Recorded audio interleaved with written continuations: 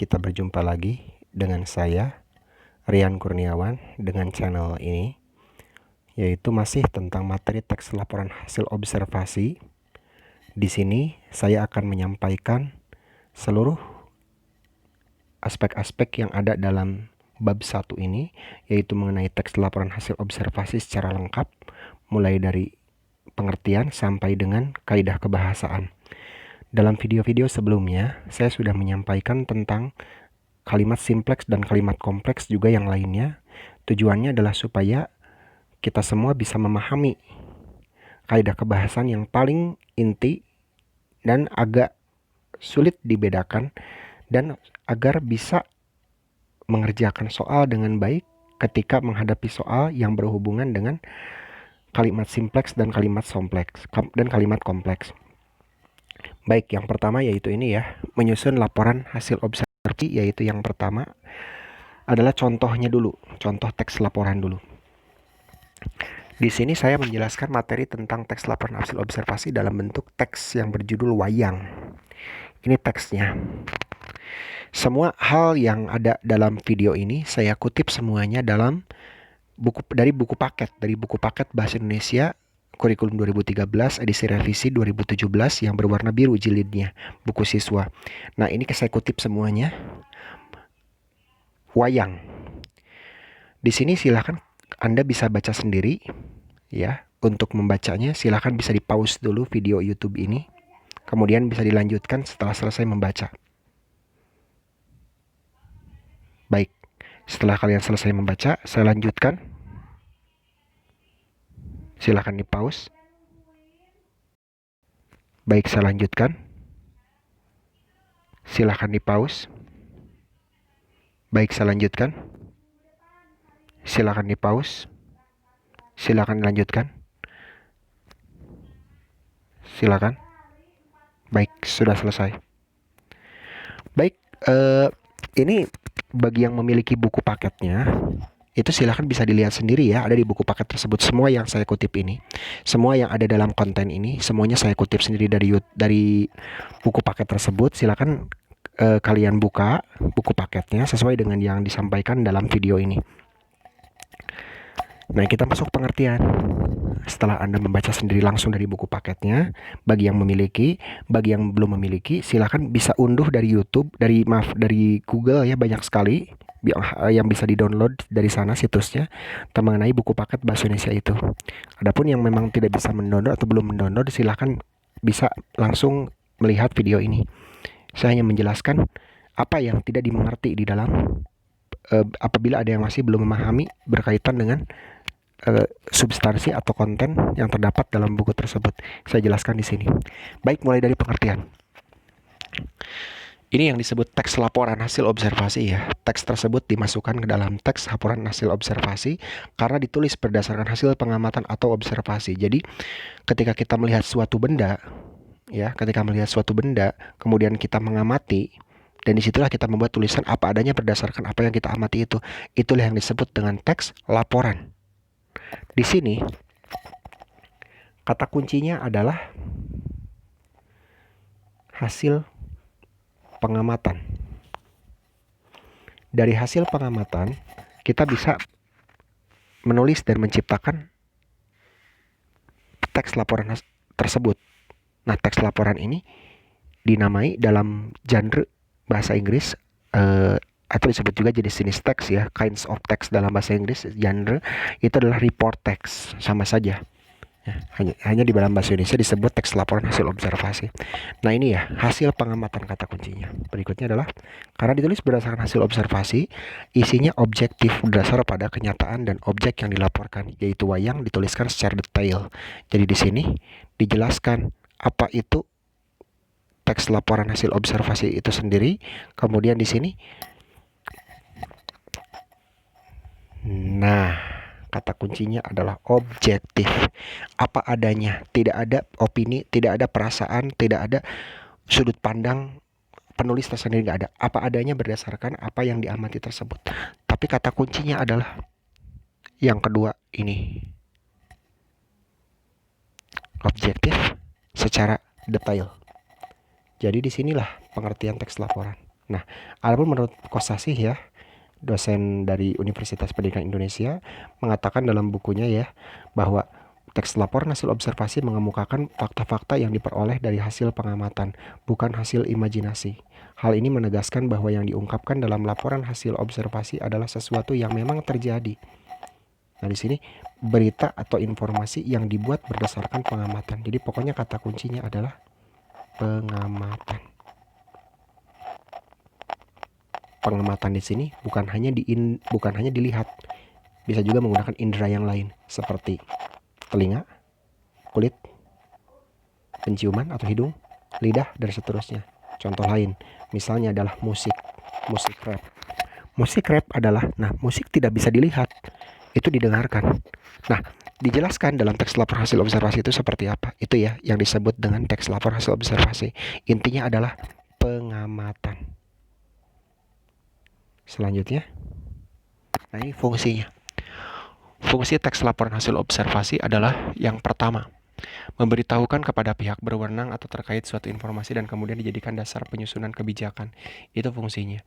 Jadi bersifat mempengaruhi tapi bukan secara perasaan. Mempengaruhinya berdasarkan fakta-fakta yang terjadi di lapangan tanpa ada pengubahan sedikit pun. Itu fungsi yang pertama. Yang kedua adalah bahan informasi untuk berbagai kepentingan. Jadi ini dijadikan sebagai referensi atau sumber informasi untuk banyak kepentingan. Contoh, apabila tentang pantai di Bali, pantai Kute, pantai apa dan sebagainya, gunung apa. Jadi memberikan informasi kepada para wisatawan supaya tahu detail tempat tersebut. Itulah fungsi teks laporan hasil observasi. Inilah fungsinya ya di bawah tabel ini. Teks laporan hasil observasi dimaksudkan untuk memberitahukan atau menjelaskan kegiatan pengamatan yang dilakukan. Hasil observasi terhadap suatu objek juga dapat berfungsi untuk memberitahukan kepada pihak berwenang atau terkait suatu informasi. Selanjutnya, informasi tersebut dapat dijadikan sebagai dasar penyusunan kebijakan. Selain itu, banyak teks lapor hasil observasi yang dapat dijadikan bahan informasi untuk berbagai kepentingan. Nah ini ya, mewakili di sini. Teks laporan hasil observasi secara umum juga berfungsi sebagai alat pendokumentasian suatu objek atau suatu kegiatan. Ini pendokumentasian untuk berbagai kepentingan seperti bisnis, perdagangan, atau wisatawan dan sebagainya. Baik, strukturnya ini. Yang pertama adalah pernyataan umum atau klasifikasi. Wayang adalah seni pertunjukan yang telah ditetapkan sebagai warisan budaya asli Indonesia, UNESCO, bla bla bla bla dan sebagainya sampai dengan Heritage of Humanity. Yang pertama adalah wayang adalah. Ciri-ciri biasanya pernyataan umum atau klasifikasi ada kata adalah. Pernyataan umum. Wayang adalah seni pertunjukan yang telah ditetapkan. Itu di sini dicetak tebal dalam buku ini. Ini yang disebut pernyataan umum atau klasifikasi. Nah, setelah itu paragraf-paragraf yang lainnya merupakan pendukung dari teks laporan, yaitu deskripsi bagian dan deskripsi manfaat. Pendukung dari teks tersebut. Deskripsi bagian yang pertama. Wayang kulit dilihat dari umur dan gaya pertunjukannya pun dibagi lagi menjadi berbagai jenis. Nah ini dibagi-bagi wayang kulit itu. Ada wayang purwa, wayang ini, dan sebagainya. Ini adalah pembagian dari pernyataan umum. Itu yang disebut deskripsi bagian. Deskripsi tentang salah satu jenis wayang. Inilah yang disebut dengan aspek yang dilaporkan, yaitu wayang kulit itu tersendiri. Berikutnya wayang wong, wayang orang. Ini bagian dari wayang, yaitu ada wayang kulit, ada wayang orang. Inilah yang disebut deskripsi bagian. Berikutnya adalah deskripsi bagian. Sama, deskripsi bagian sendiri adalah ada wayang motekar di sini. Adalah jenis wayang pertunjukan dan sebagainya dijelaskan di sini. Berikutnya, nah ini deskripsi manfaat. Bagian lainnya dari teks laporan hasil observasi adalah deskripsi manfaat.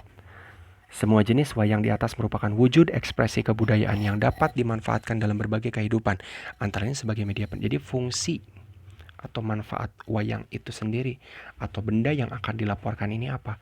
Inilah bagian dari struktur teks laporan hasil observasi. Nah inilah strukturnya. Yang pertama adalah pernyataan umum atau definisi umum. Yang kedua aspek yang dilaporkan. Yang ketiga juga sama, aspek yang dilaporkan atau disebut juga deskripsi aspek yang dilaporkan itu. Bebas ya, paragrafnya mau berapa saja bebas. Yang penting strukturnya seperti ini. Paragraf pertama adalah harus mewakili pernyataan umum, menjelaskan wayang itu apa. Dijabarkanlah ada wayang ini, wayang itu dalam paragraf-paragraf yang lain. Nah ini, kita sudah membahas salah satu aspek kebahasaan dalam teks laporan hasil observasi, yaitu yang pertama kalimat simpleks dan kompleks ya, yang sudah kita bahas dalam pertemuan sebelumnya, yaitu di sini di bagian keempat. Nah, kita sudah membahas ini di pertemuan sebelumnya dalam konten sebelumnya. Baik. Yang pertama adalah frasa verba serta nomina. Jadi, nomina di sini kata benda. Verba kata kerja. Ciri-ciri kata benda itu di depannya itu bisa dibubuhi kata bukan. Ini bukan kursi, melainkan sepatu. Nah, itu ciri-ciri nomina. Kalau verba kata kerja di depannya itu pakai sangat. Sedang. Makan, minum. Ya sedang makan. Tidak bisa jadi bukan. Dia bukan makan, gak bisa. Bukan itu untuk nomina atau kata benda. Baik, selanjutnya. Berikutnya adalah afiksasi atau kata imbuhan.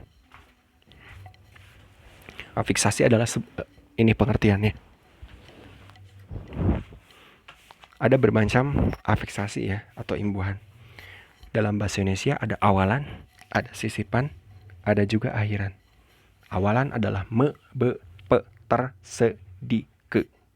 Sisipan atau di tengah adalah l, m, dan r. Akhiran adalah kan, an, dan i. Contoh awalan me ditambah pesan, jadi memesan. Itu adalah awalan. Sisipan yang di tengah l, m, atau r. Misalnya l. Dari kata tunjuk dasarnya ditambah l di tengahnya, jadi telunjuk. Jadi sisipan itu yang di tengah dipasangnya. Kemudian yang akhiran, an, akhir an, contohnya makan, ditambah an di belakang, jadi makanan. Nah, disinilah perbedaannya. Kata disebut itu verba. Sedang disebut itu imbuhannya di, itu sudah pasti. Kata dasarnya sebut. Menakutkan, tidak bisa ini sangat menakutkan tuh tidak bisa. Seharusnya bagaimana? Sedang menakutkan. Sehingga termasuk verba. Takut, ya ini kata sifat takut itu. Kemudian kemampuan itu adalah nomina dari kata mampu. Imbuhannya ke an. Getaran dari asal kata getar. Imbuhannya an, seperti yang sudah saya jelaskan tadi. Berikutnya adalah ini, kalimat definisi dan kalimat deskripsi. Seperti yang sudah saya jelaskan dalam slide sebelumnya ya, bahwa kalimat definisi adalah ciri-cirinya ada kata adalah, merupakan, itu adalah kalimat definisi, pengertian. Kalau deskripsi, terbuat, tersusun, terdiri, itu adalah deskripsi. Detail, itu deskripsi. Kalau ini definisi adalah, masih umum sifatnya. Bedanya di situ. Ini kalimat simpleks dan kompleks sudah saya jelaskan dalam pertemuan sebelumnya, dalam konten sebelumnya. Silahkan bisa dilihat. Nah, ini kesimpulannya. Kalimat kompleks atau kalimat majemuk adalah kalimat yang memiliki 2 atau lebih klausa. Sudah saya jelaskan juga dalam konten sebelumnya.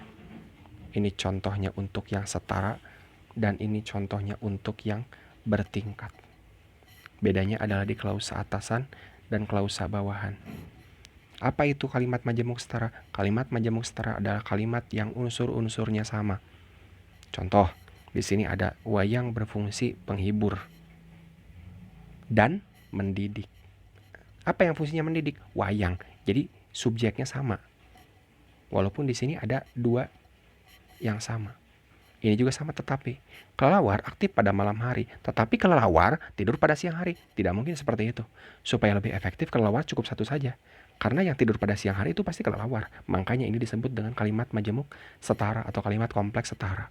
Kenapa? Karena kelelawarnya itu udah disebutkan di awal. Jadi sama kelelawarnya di sini. Tapi kalau ini bertingkat, itu S-nya ada 2. Keberadaan The Topeng tidak dapat dipisahkan dengan Museum Angkut. Karena kedua tempat ini subjeknya kedua tempat ini Kalau yang ini subjeknya keberadaan topeng. Contoh yang lain seperti ini. Ia belajar agar nilainya bagus. Ia subjek, belajar predikat. Agar nilainya subjek, bagus predikat. Nah, beda. Jadi ada dua subjek dan ada dua predikat yang kelihatan. Kalau ini tidak kelihatan, padahal itu ada, tapi tersembunyi. Itu yang disebut kalimat majemuk, setara, dan bertingkat. Nah, inilah kutipannya, rujukannya yaitu dari Profesor Suherli tahun 2017 dari buku siswa. Sama juga yang berikutnya adalah dari bukunya Pak Kosasih, yaitu jenis-jenis teks dalam mata pelajaran Bahasa Indonesia. Itu saja yang bisa saya jelaskan dalam konten kali ini untuk bab 1 secara lengkap, yaitu materi teks laporan hasil observasi. Selamat bermanfaat. Terima kasih.